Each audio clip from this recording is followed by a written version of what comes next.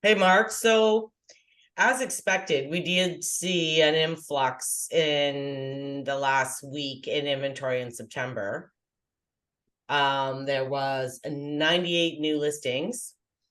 Now, of the 98, though, 38% are relisted. So they were canceled, they're older listings sitting there and relisted. Yeah, there is. And you know what? There's an influx of the wrong listings, as I see it, because if we look back in August, I'm going to flip over the screen here. I want to still talk about your point, but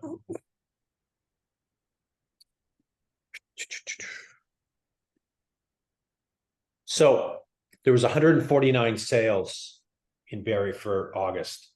I'm not going to go through these listings, but I'm going to go through some price points from this is called 500 grand to $900,000.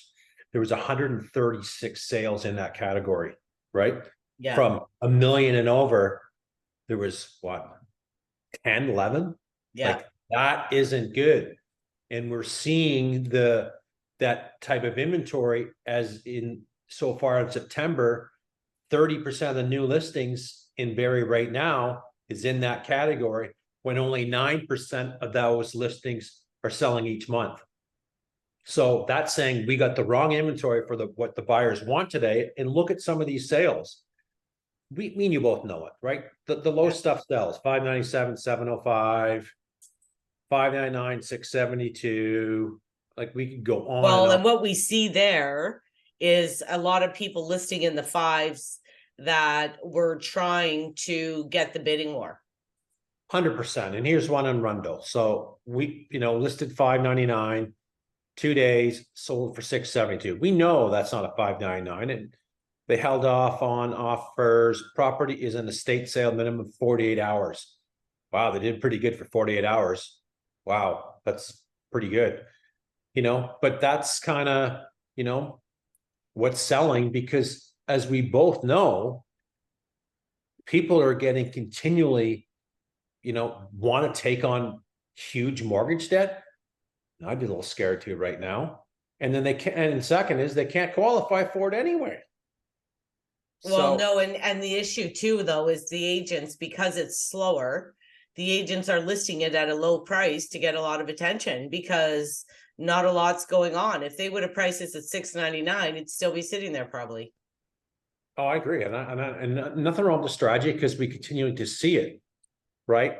And I'm just going to flip through as well. We're talking, you know, 615, 610, 619, 610, 624, 625 sell, 605. Like not everything is selling over list, but if it's, pretty decent, it's going to.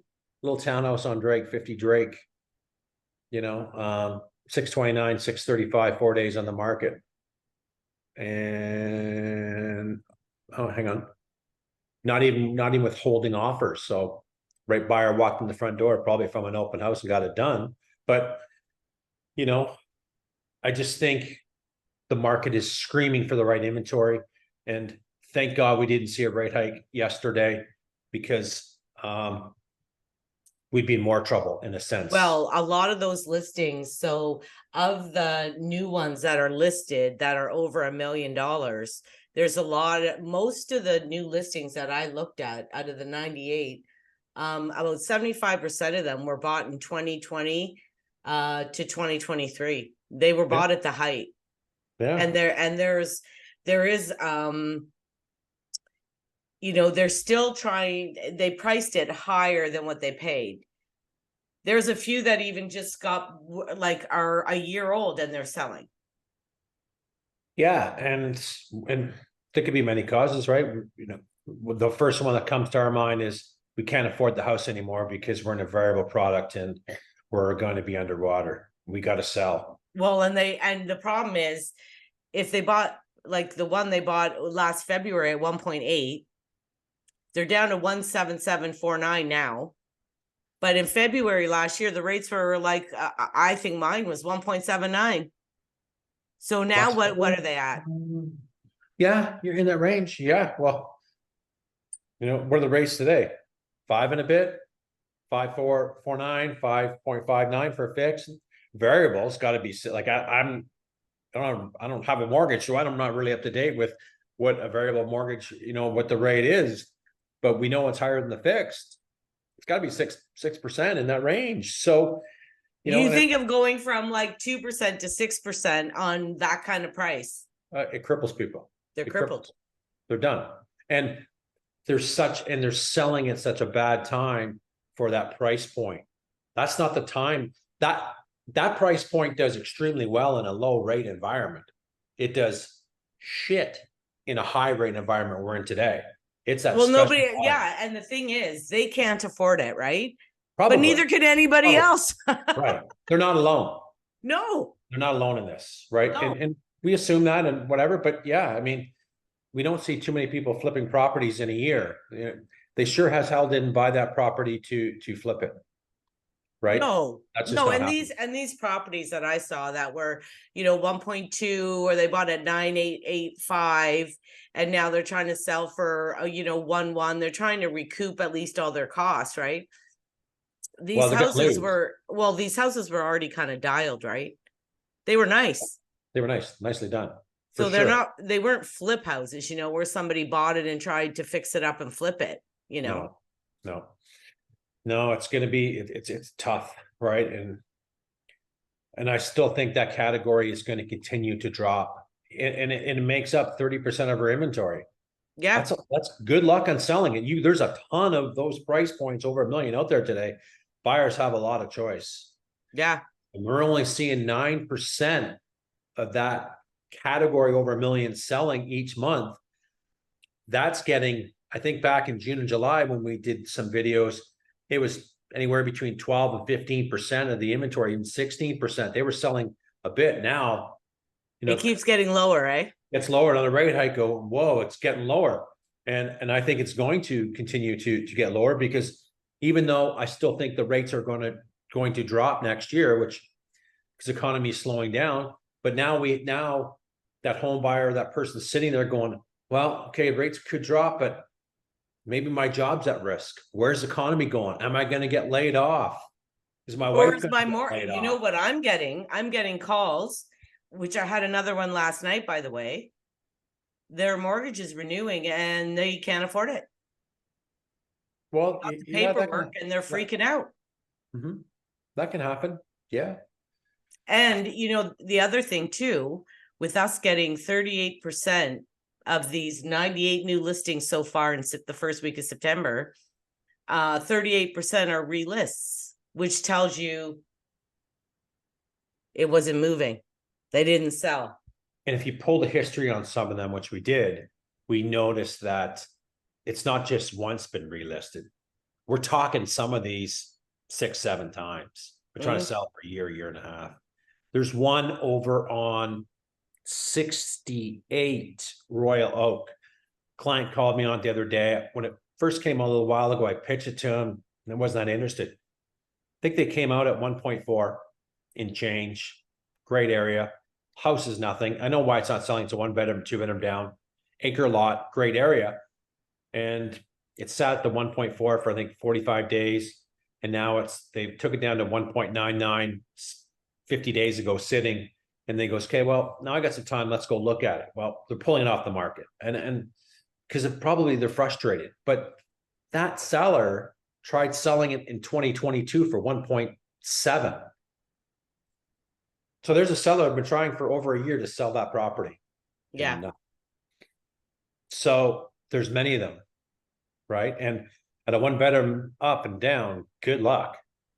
Well, you know the other thing too, where I always say it's kind of the Walmart versus I used to say the Sears, but now they're not around, or the Bay, where it's volume, right?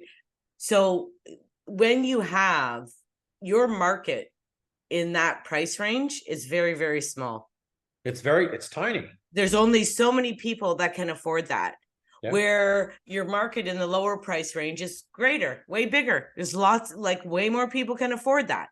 So it only makes sense that price range is going to see more action. It's like Walmart sells a lot more than the Bay, but it's based on volume, right?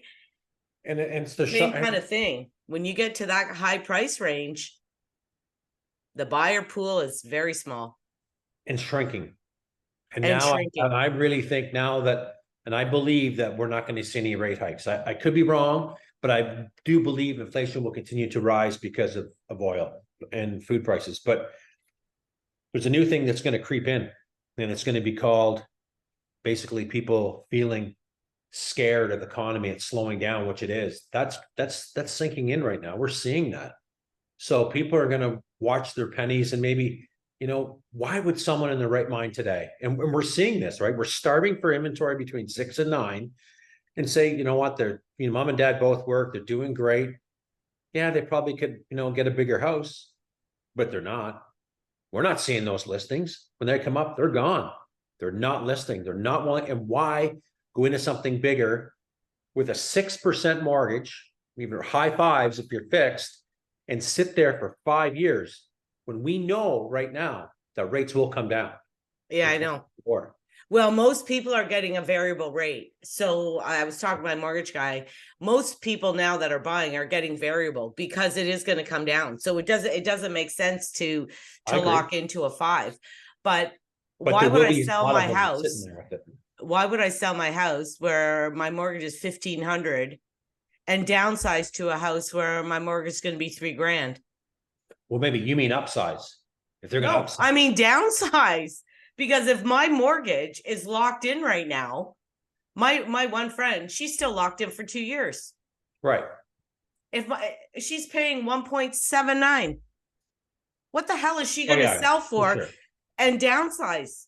No, she's not. She's not going to be doing that. Even if she downsizes, her mortgage is doubling because she's got to go to 6% almost. 100%. So why would you downsize? Well, that's it. And it's going to be a different, the fall market's going to tell us a story here, and it's coming to see what's going to happen. 6 to 9 selling day of the week. And I think, with that rate hold, people are going to, continue looking at that ranges.